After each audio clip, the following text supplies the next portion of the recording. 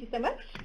So we just heard Kathy Dionisio talk about the first kind of half of the exposure data and the dashboard that covers how chemicals are used and chemical consumer product occurrence, which are of course very important to understanding exposure. And so now I'm going to be covering some other types of data, specifically some quantitative data that describe chemical production in the United States, chemical releases within the United States, and ultimately how we use the data that Kathy described and as well as the production information to estimate potential human exposures associated with chemicals.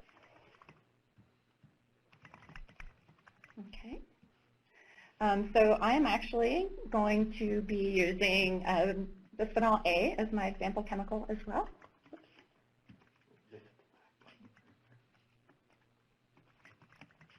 Oops.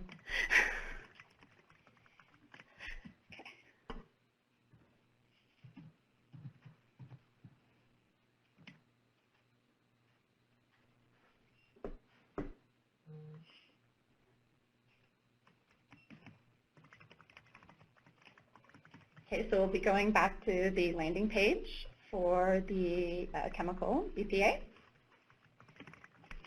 And on the left-hand side, again, we'll go to the exposure tab. And I'm actually going to start down here with the production volume data. So production volume information comes from the EPA's chemical data reporting and a CDR. Drop the line. I hope not. Can everyone still hear us? Let's see. Yeah. Okay, no, we're getting captions. Yeah, people can still hear us. Okay. Okay. Yep. Right. Okay. So the production volume information comes from EPA's chemical data reporting, and so, or CDR, and CDR is part of the Toxic Substances Control Act, which requires manufacturers of chemicals to report every 4 years the chemicals that are either manufactured or imported at their facilities in excess of 25,000 pounds. And so if they meet that threshold any time for any year within that 4-year period, they're required to report that data to EPA. And a lot of times we use production volume information as a surrogate for exposure because it provides some information or some idea of about how much chemical is used commercially in different products and processes. And production volumes can actually be very relevant to understanding occupational exposures, which is something that people may be concerned about. And what we have here in the dashboard is we report the national aggregate chemical production volumes across all the reporting sites in the United States. And these data here came from the most recent CDR reporting cycle, which was in 2016. And you can see here for bisphenol A, there's quite a high production volume, so it's produced in an amount of about 187 million pounds, and EPA actually considers BPA a high production volume chemical. We also have the value that's imported, which is also included in that 25,000 pound threshold. And then you also have here, it's kind of interesting, you might see this line that says volume used and it says 0. So what that gives you, what that particular metric gives you is how much of BPA was used at the actual site where the chemical was imported. And so basically what this tells us is that BPA is imported or manufactured at certain sites and then it's moved off-site to other manufacturing facilities to be used primarily in the production of plastics. Okay. So the next type of data I'm going to cover are the toxics release inventory information. So the toxics release inventory is also a mandatory reporting program in EPA, and it was actually part of the, developed as part of the Emergency Planning and Community Right to Know Act, or the EPCRA Act. And what TRI, or the Toxics Release Inventory, or TRA, tracks the management of certain toxic chemicals that may pose a threat to human health and the environment. And so U.S. facilities in different industrial sectors must report annually how much of the chemical is released to the environment or managed through other means such as recycling, energy recovery, or land disposal, or placed in some type of land disposal. So a release of a chemical means that it is emitted to air or water are placed in some type of land disposal, such as a landfill or a surface impoundment. And current TRI list covers about 555 chemicals, but that list changes every single year based on a review by EPA.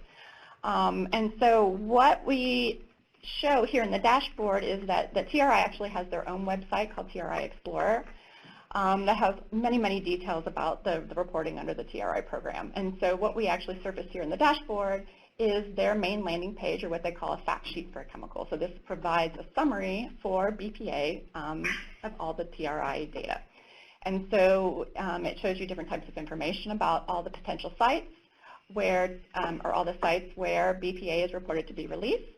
It gives you a national summary of the amount of chemical that's released in different, to different compartments in the environment, such as air, land, and water.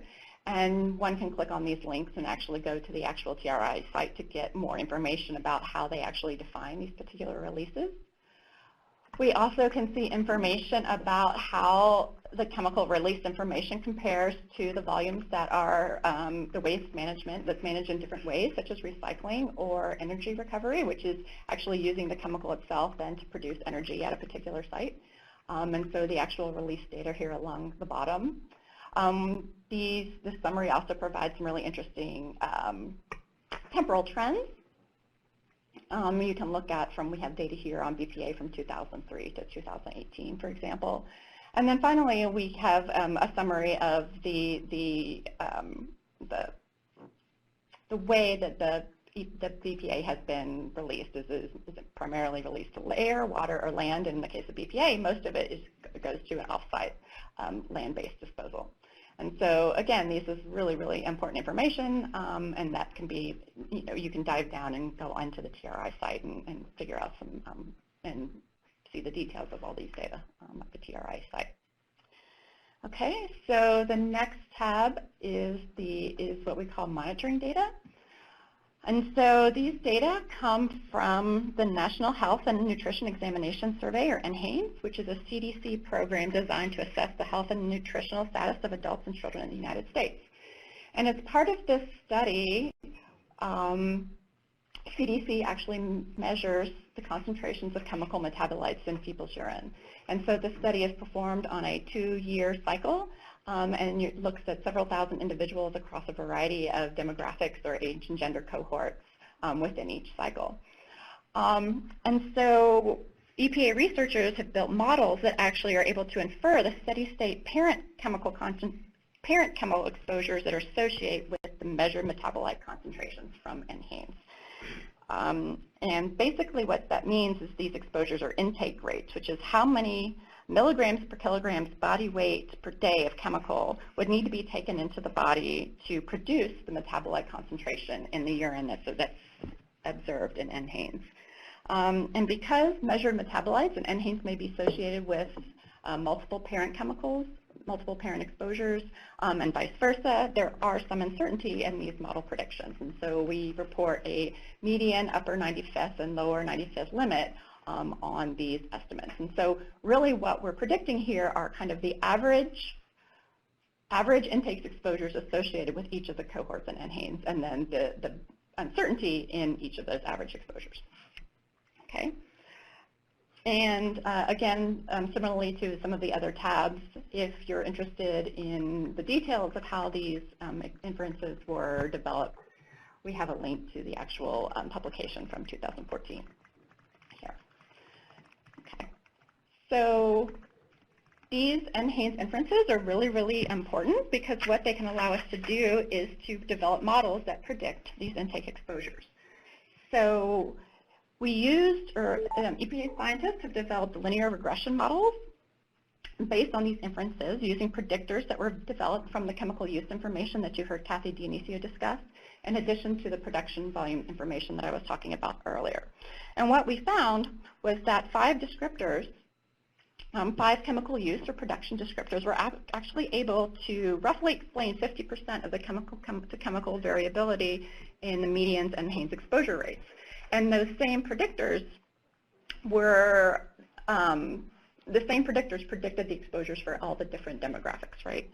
And so we saw a moment ago that BPA was a chemical that actually had monitoring data, and here we also have the model prediction for that. And so for BPA, you might want to actually use the actual exposure inferences that were based on the monitoring data, but the power of our exposure predictions is that we built this regression model, and we can apply that model to thousands of chemicals that have no enhanced monitoring data or any monitoring data at all. And so as long as we know how those chemicals were used and what the production volume was, we can actually predict these exposures.